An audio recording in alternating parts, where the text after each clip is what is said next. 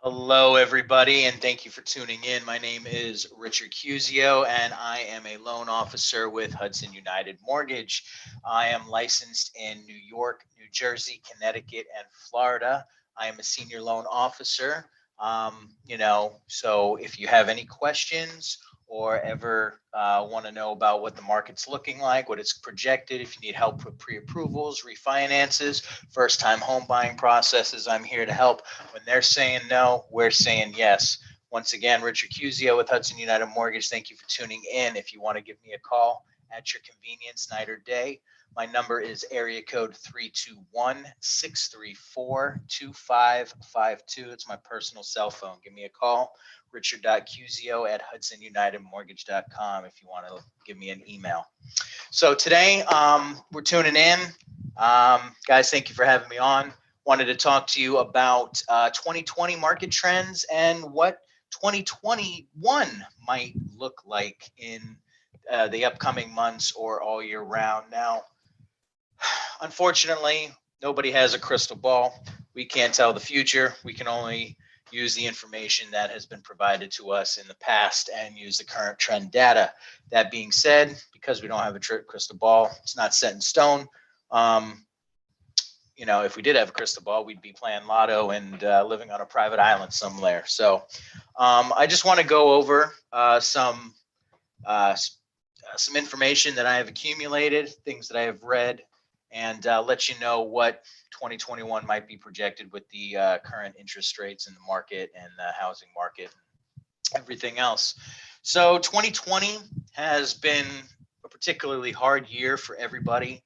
It has also been one of the most unprecedented, historically low interest rate times in the market. We've hit the numbers of refinances and home buying, home selling is just, it's like I said, it's unprecedented. This is the lowest they have been in the entire mortgage history of the mortgage industry. 2020 keeps breaking records, and the mortgage rates as of last week marked the 12th time that this year that they have smashed a new all-time low record. The average interest rate on a 30-year fixed mortgage has dropped to 2.78%. And that's according to Freddie Mac, which is one of the mortgage loan. You got Fannie Mae and Freddie Mac. That's who we go with. You got the 15-year rate mortgage. They fell to 2.32% for an average of a 15-year fixed mortgage rate. I mean, that's incredible. These rates may not be the lowest we'll see over the next year, but they are the lowest we have seen so far. Some economists predict that the rates could fall even lower within the next 6 to 9 months if the Federal Reserve continues to prop up the economy and the Treasury prices remain low. Now, there are some factors that could cause the interest rates to, go back up. I mean, it's the law of physics. What goes down must always go back up, and vice versa. Elections and wriggling rates. Mortgage rates typically move up and down in the weeks preceding and following presidential elections, which we had last month. Out of the past 5 presidential elections, 3 of them saw mortgage rates move more than half a percentage point afterwards, with a 30-year fixed rate mortgage hitting a historic low of 2.78% like I said, on November 5th. That was this year following the 2020 election. 4 years ago, when Trump took office, we saw an interest rate increase of about a full percentage point, going back up into the fours, anywhere between the 4 and 5%. That being said, if you have a interest rate right now of anywhere above 3.75 or higher, and you've got a substantial outstanding balance left on your mortgage, and you have good credit, anything above 720, and you make sufficient income, you haven't been out of work, you are a prime candidate for a refinance. So if you want to see if you qualify, I suggest you give me a call, 321-634-2552. Now, as more homes enter the real estate market,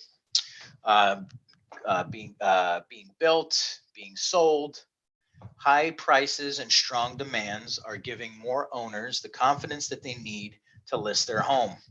Earlier this month, the market saw an incremental uptick in the listings following 4 weeks of stability growth.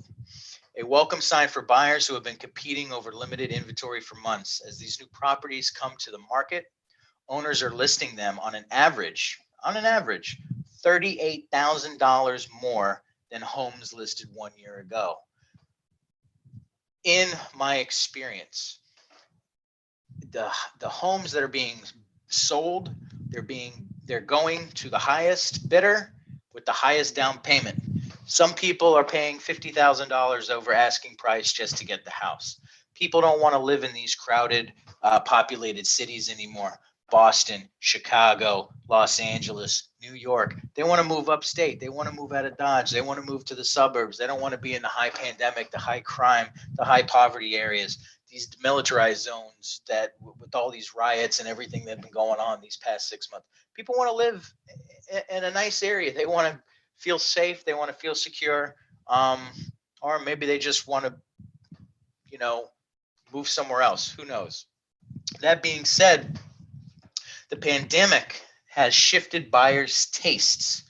COVID-19, as everybody know, we have been dealing with since the beginning of the year, if not sooner, almost a year now, 12 months we're going on with this COVID-19 nonsense. COVID-19 has changed our day-to-day lives, but its impact on the real estate trends could last for several years. Even before the virus became widespread, homeowners began migrating to the suburbs. Now, outward migration is happening even more rapidly. Developers are also stepping back from the amenity wars and are focusing instead on health and wellness in their housing designs.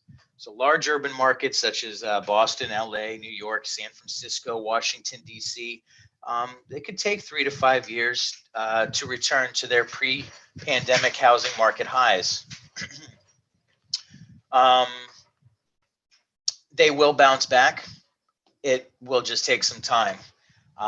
Once everything cools down, once everything settles, once these vaccines have been tested and known to work, and people can go about living their normal lives, going back to school, going back to work full time, and the unemployment rate drops significantly. Refinancing is the rage. It's the hype. Refinancing has jumped more than 60%. 60% in the second quarter this year after rates for a 30-year fixed mortgage dropped to 3.13% on average. That's down 3.5% in the first quarter compared to 2019. But the refinances have spiked over 200%. So even with the massive increase in activity, almost half of the eligible 30-year mortgage holders have yet to take advantage of refinancing their mortgage. That's ludicrous. If you're paying over 4%, like I said, now's the time to do it.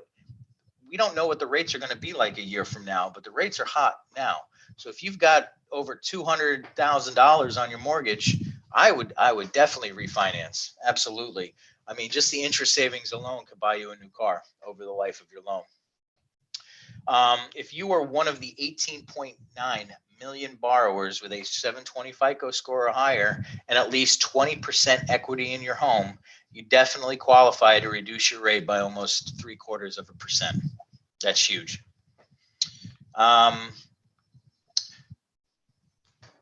We are also seeing an uptick and an unprecedented number of employees working remotely due to COVID. They're working from home. They're working on vacation. They're getting out of Dodge and they're working from wherever they want. Right now, I live in New York. I'm on vacation in Florida and I'm working from down here. As long as I have Wi-Fi access, I'm able to do my job. With an unprecedented number of employees working remotely, many now can think about where they want to live without limitations from proximity to work. Movable homes are a fantastic option for anyone looking to invest in real estate but not ready to commit to a single location. Innovative designs for sustainable modular homes, prefabricated tree houses, or tiny portable houses on trailers allow owners to bring their homes wherever they want to go. And when they get there, they can often be set up in just one day. Um, so, you know, because a lot of people are working from home remotely, the commercial real estate industry has taken a little bit of a hit. They will bounce back. People will need offices when we get back to normal. Um, People are going to need offices to go to work to. They want some normality in their life. I don't have to go to the office when I'm living in New York, but I choose to. It's I'm only 10 minutes away. It gets me out of the house. I'm not distracted from what's going on in the neighborhood. And if I need to see my coworkers and have a good time, I can do that. It gives me the luxury to do that, but I also have the luxury to work at home if I don't feel safe for any reason. But being able to go to the office, even if it's just me and one other guy, like it has been for the past 8 months, um, has provided a routine in my daily schedule. And without that, I probably wouldn't have had the motivation to work for these past 8-10 months during this pandemic. Um, Another preference when people are buying their homes or moving away from the city, what they want without the long commutes and a busy calendar stacked with, you know, kids sports and social events, no band, no karate, no baseball games, no soccer games, no football games, no cheerleading, no whatever. There's families are spending more time at home together and they're taking an increased interest in their community. Real estate agents report that more home buyers have listed a quote unquote friendly neighborhood as part of their must have search criteria when they're buying a home. Um, while the real estate agents can't divulge the demographics of the neighborhoods, buyers are still allowed to talk to people living in the neighborhood or neighbors, and they can speak about their neighborhood's culture via phone, via email, maybe a Facebook group or a chat group. Um, and they can also join the neighborhoods or the HOA's social media page to get a variety of perspectives. There are a lot of HOA associations that have their own page and let you know what's going on in the neighborhood. Hey, there's a coyote loose, be careful when you're walking your dog or something like that. So that's a good way to find out what neighborhoods are, family friendly. Um, are you planning to move in 2021? Is this something you've been anticipating for? Is this something you've been saving for? Okay, the market, maybe you realize the market isn't going to stay like that. Maybe you started saving 6 months ago and you're almost there. Well, the US economy is fighting back from a second blow from the pandemic. As everybody knows, it's getting worse. Some people are predicting a second shutdown in the high metropolitan areas, some people not, but only time will tell. The latest data suggests its recent progress is poised to continue. The real estate demand, the home building activity, and historically low mortgage rates point to continued strong housing market activity. So if you are looking at moving in 2021, it's a good time to start researching the areas that you prefer to live. With home prices up significantly, buyers often need to choose between factors like pricing, location, size of your home, your school district, parks and recreational areas. Do you want to live in the city? Do you want to live in the suburbs? Do you want to live in a state that has mortgage tax versus no mortgage tax? Do you want high property taxes, low property taxes? These are all things that are going to affect your where you choose to live. So it's important to know it's if you know what's important to your family, you have a better chance of finding a home that checks most of your boxes, especially with the help of the realtors. Realtors can help you find what you're looking for. Oh, I don't want to pay the realtor. If you need help, please ask. I know some realtors. I know some very good realtors that I work with on a day-to-day basis. I also have real estate attorneys that I am in touch with. If you need any one of those contacts, I will be more than happy to point you in that direction and get you the help that you need. All you got to do one more time is call me 321-634-2552. Um, a starting place when it comes to school districts, for example, would be to dig into cheaper districts offerings to determine if they have the education quality and services you want. Talking to different parents or the PTA that you have at the school is a great way to get an inside scoop on student experience beyond what the rankings and the data can show you. So, I would buckle up for a very busy 2021. Um, if you're looking to sell your house, the trend data in the appraisal market is going to be caught up. We have a lot of disputes going on these past several months because the trend data of the houses being bought for 50, 30 to $50,000 more above asking price has not caught up.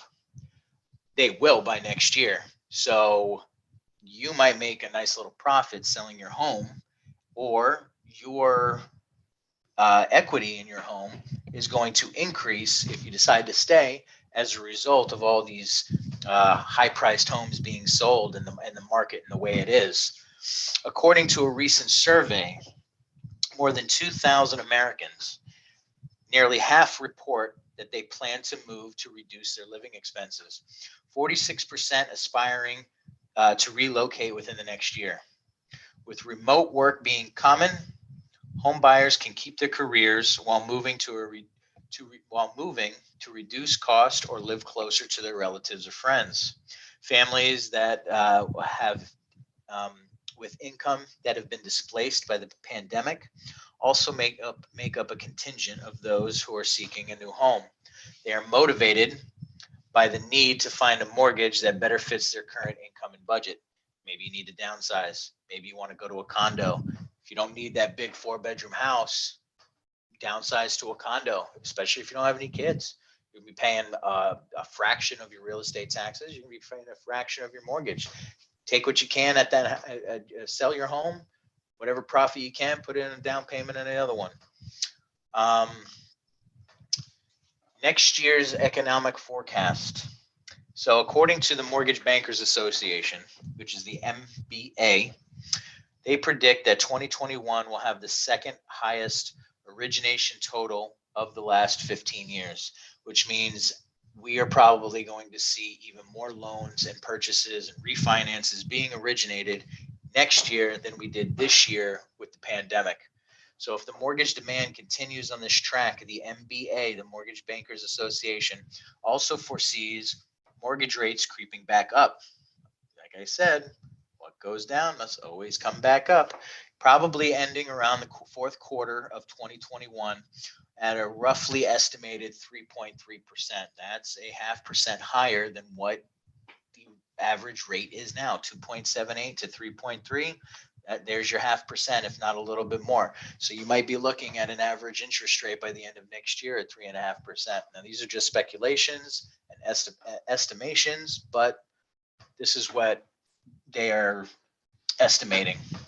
That being said, other 2021 expectations from the MBA include an economic growth rate of 3%, an unemployment rate of 5% by the end of next year, and an increasing 10-year Treasury yield to 1.4% by the fourth quarter.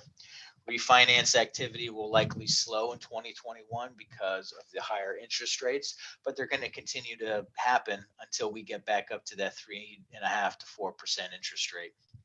So that being said, um, that is the information that I have as of right now. If you have any questions, you can feel free to reach out to me. I appreciate the time. One more time, you can reach me at area code 321-634-2552. That's my cell phone. I'm here to help answer any questions you may have. Phil and Oscar, thank you very much. What do you got for me? All right, man. Look, that's like that is some fire information right there. I mean, so you know, I have questions. Like, I don't even know where to start. That's just that's how intense this is. But like, for instance, for that person that is just kind of like, how do I know when to jump in as a buyer or when to jump in as a seller? What do you have to say for those folks? So, there's good ways to go about if you're thinking about um, selling your home. You know, you could, one, you can pay for, your own personal appraisal if you really wanted to. Mhm. It's going to run you anywhere between 350 to roughly $525, depending on what the appraiser is, how big your house is. Is it a one family house? Is it a two family house? Is it a three family house or four? The more units you have in your home, the higher the appraisal is going to be because you Mhm. have to inspect more units. Um, so that's one way. Hey, I bought my house at $250, 250,000. It's worth 550. I've got my condo down south. I could just go live there and make a $300,000 profit and move away if I want. If you don't want to pay for the appraisal, you can always go on the internet. You can use a good tool to use is Redfin or Realtor.com, Coldwell Bankers. You can with Redfin. I've learned that you can actually um, enter. Obviously enter in your housing information, look it up on there, and then you can use the filters for other homes that have sold in your area and find some comparables within the past 6 months or so. You can even go back to a full year and see what um, other houses that are similar to yours are selling for. Oh man, Mrs. Rogers down the street, her house sold for $450,000. I didn't think it was that much. That's crazy. Mhm. Um, and you can use that data to make an estimate on whether or not the time is right for you to sell. Maybe your kids have gone to college. Maybe they got married and got lives of their own. What's keeping you in that 5 bedroom house? You are at this point you're probably pushing 65 if that's the case. Do you really want to keep up with that 5 bedroom house? Do you really want to pay for the yard work, shovel the snow in the driveways if you live up north? Do you want to clean the gutters out? Do you want to rake the leaves? Do you want to cut the grass and do? I mean, that's a lot of upkeep. Maybe you had some unforeseen uh, loss in the family. Maybe you lost your spouse, maybe you lost your kids. I mean, it happens, unfortunately. Trust me, I know, I've been there and I can relate. So if you're single now and you're by yourself, you don't need that house anymore. I know it has a lot of sentimental value. Stay there if you can, but if you don't need it and you want to downsize and have less stress in your life, um, sell. You can, or talk to a realtor. The realtor will help you. They will help list. They will do all that work for you so you don't have to. They'll find the comparables and they will use the market trend data to sell your house at the highest possible price and get the highest bid for them. I mean, one, they're going to make a commission from it, but two, you're going to get what you think it's worth in the long run after being there for 20 years. So there are a lot of tools out there that you can utilize. There are a lot of people out there that you can utilize in order to find out whether or not it's the right time to sell for you. Wow. So the realtor really actually helps you with those dynamics of timing per They se, do. They right? can. Yep, they will. And if you find a realtor who is, you know, represents both the buying and selling side, sometimes they have a little bit more leeway in making the deal happen, versus having two different realtors, one for the buyers and one for the sellers, because there's no middleman. There's no conflict of interest. They're doing it for themselves, and um, they're able to represent both sides of the deal and make it work one way or the other. The What are realtor some? is a very good tool. Yeah. What are some of the signs for you, like specifically? And I mean that tells you when there's a shift going on in the market. What do you look out for that kind of tells you something's going on? Lilu Dallas Multipass. No, I'm just kidding. Uh, Really? um, yeah, I mean, watch Fox Business, watch any of those MSNBC channels, whatever your preference is. I don't know. Follow the market, see what the market's doing. Historically, if the market is doing well, then, if the Dow sells up 1,400 points, then more than likely your interest rates for the day for the 10-year treasuries probably have gone up a little bit. But if the market tanks, then um, the interest rates are going to go down. Look, I hate to say it, but in my experience, catastrophes are good for um, the interest rates on homes. We want COVID, we want earthquakes, we want tsunamis, we want wars, we want all that stuff. Do we really? No, we don't. But in all intents and purposes for the real estate market, Mhm. those things are what drive the interest rates low. That's why everything has been low. People were afraid for the past few months that as soon as this vaccine came out for COVID, the stock market was going to blow its doors wide open and the interest rates were just going to skyrocket. We haven't hit that yet, probably because we don't have a working vaccine. Will it happen? It might.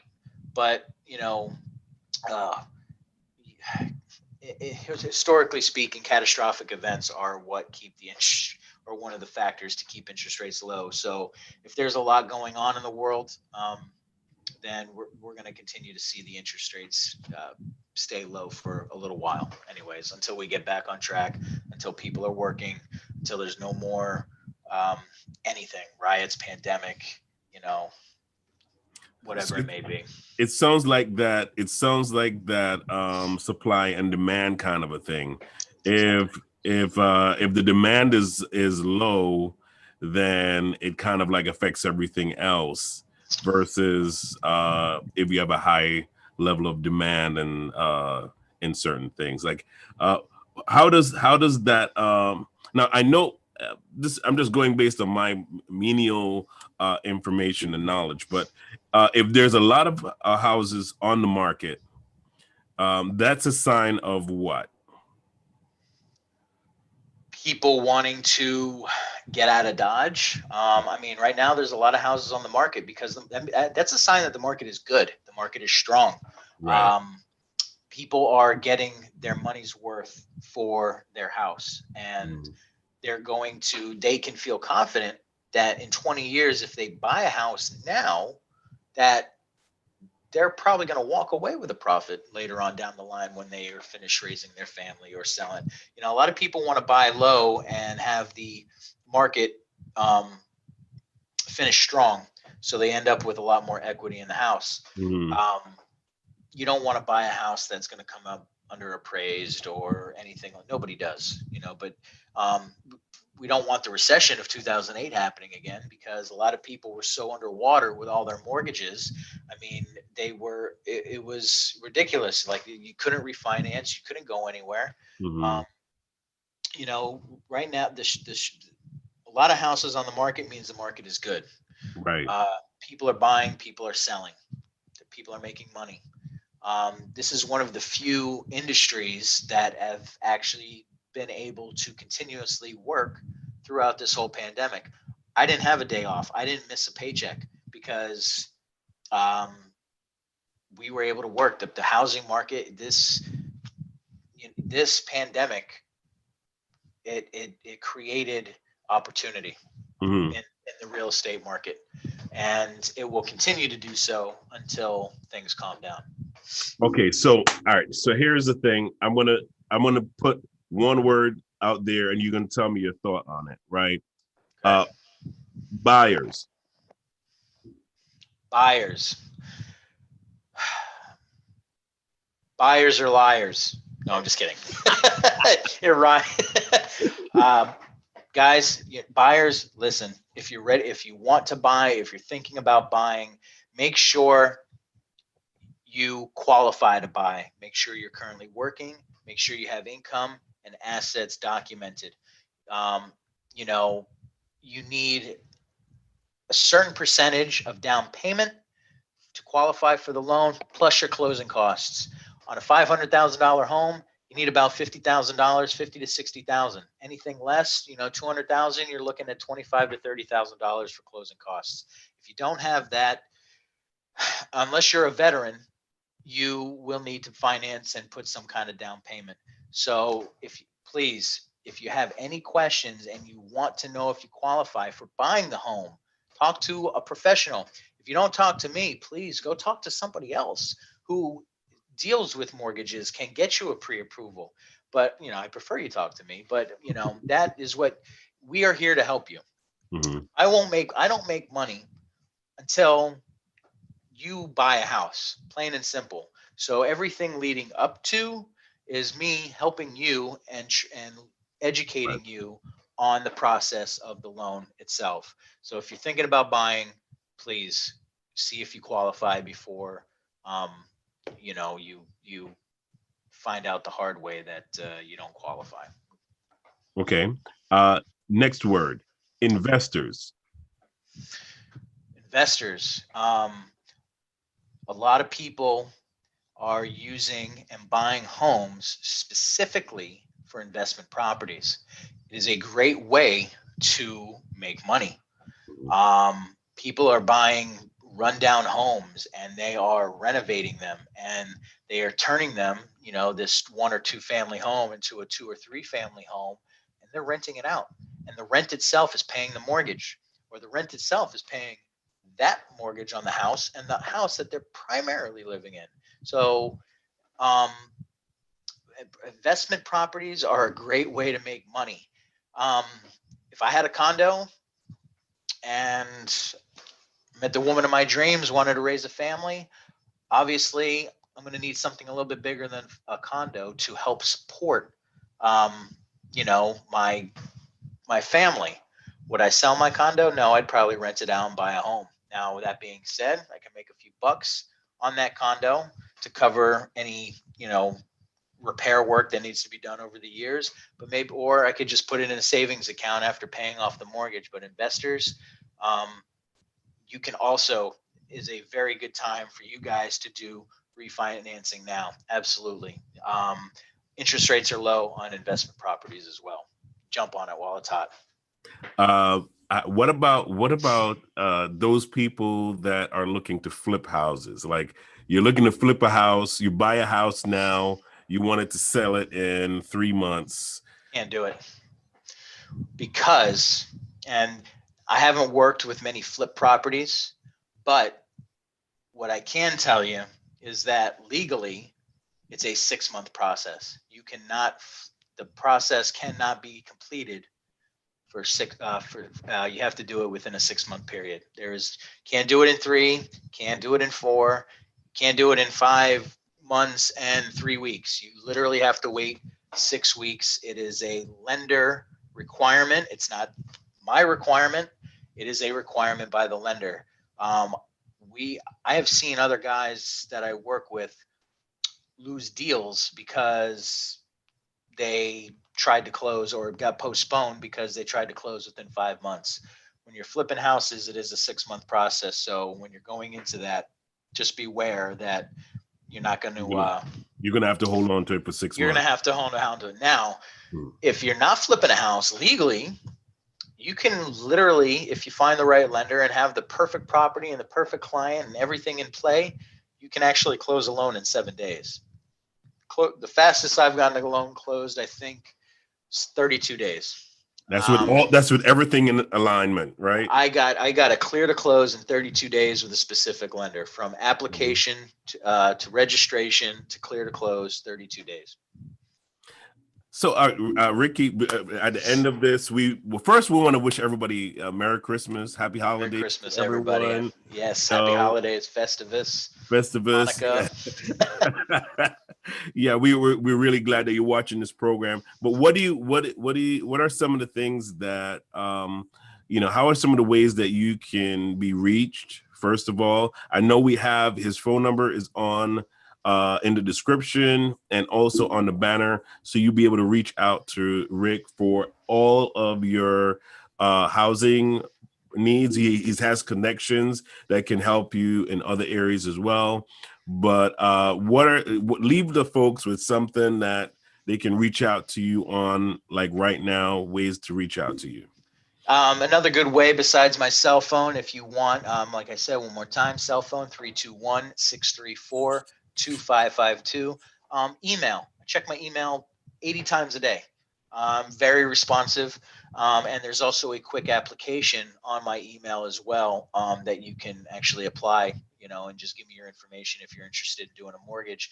My email address is my first name dot my last name. So it's Richard dot Cuizio, Ciuz, like in zebra, IO, at hudsonunited.com. That's richard.cusio at hudsonunited.com. That'll be another way to track me down if you want to reach out and are interested in getting any information, any help, any education, or doing a loan or a refi, or if you need me to put you in touch with a realtor or an attorney to help you, I'll be more than happy to do that too. All right. Well, that is it for us today, folks. Tomorrow we're going to have Karen Mayo. She's going to be on and talking about mindful eating Love and Karen. her She's great. 30. Yeah, she's amazing, man. She's going to be talking about her 30-day program. We know this is the holiday seasons, and we're still kind of getting out of the COVID mode, so we're still in it. So imagine that we're going to be eating the Christmas cookies and cakes and things like that. Plus, we have the COVID weight. We're going to need her help. So pay attention for tomorrow. Stay tuned and watch us with Karen Mayo tomorrow at noon. All right. We will look forward to seeing everyone. Thank you again for watching. Rick, awesome program, my friend. Thank We you, can't wait everybody. to see you again. Next month we're doing our health and wellness. We're going to talk about some financial health with Rick again, so stay tuned for that, and we will see you then.